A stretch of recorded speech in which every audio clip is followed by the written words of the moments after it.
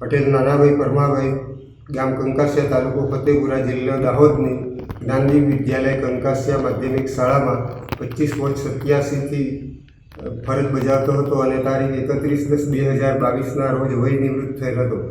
તેમ છતાં મને મારા જીપીએફની બચતના નાણાં અત્યાર સુધી નહીં મળતા મેં જિલ્લા સ્વાગત કાર્યક્રમ હેઠળ મારી અરજી નોંધાવેલી અને આજરોજ એ અરજીનો સુખદ અંત આવેલ છે। એ બદલ હું જિલ્લા વહીવટીતંત્રનો ખૂબ ખૂબ આભાર માનું છું।